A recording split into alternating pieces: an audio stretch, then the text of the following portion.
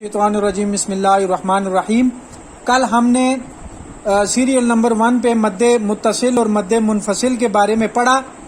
आज 4 नंबर पे मद्दे लाज़िम के बारे में पढ़ेंगे। मद्दे लाज़िम के 3 पार्ट हैं, मद्दे कलमी, मद्दे हरफी, मद्दे लैन।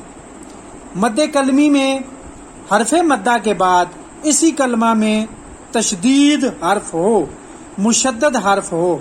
मुशद्दद हर्फ वो होता है जिसके ऊपर ये शद आ जाए। पहले मैं आपको इसकी मिसाल समझाऊं, फिर मैं आगे जाता हूं।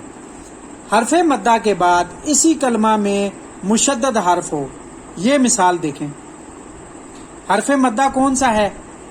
अलिफ से पहले ज़बर आ जाए। पिछले लेसन में मैंने आपको बताया हुआ है, अलिफ से पहले ज़बर आ जाए, वाव से पहले पेश आ जाए, या से पहले ज़ेर आ जाए। किसी भी लफ्ज के साथ अलिफ मद्दा, वाव मद्दा, या मद्दा कहलाते हैं।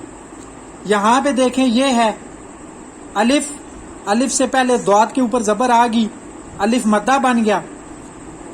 तो हरफे मद्दा के बाद उसी कलमा में, मतलब है ये एक पूरा लफ्ज जो होता है, ये पूरा कलमा होता है। उसी कलमा में आगे वाला जो लफ्ज है उसके ऊपर शद आ जाए।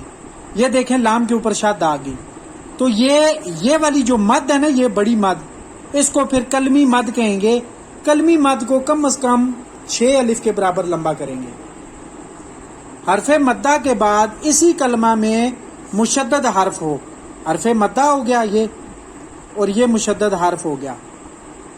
या साकिन हर्फ हो जिसका सुकून असली हो। यहां पे पहले लिखा हुआ था हरफे मद्दा के बाद शद वाला हर्फ हो या साकिन हर्फ हो। तो फिर ये मिसाल देखें, ये हो गया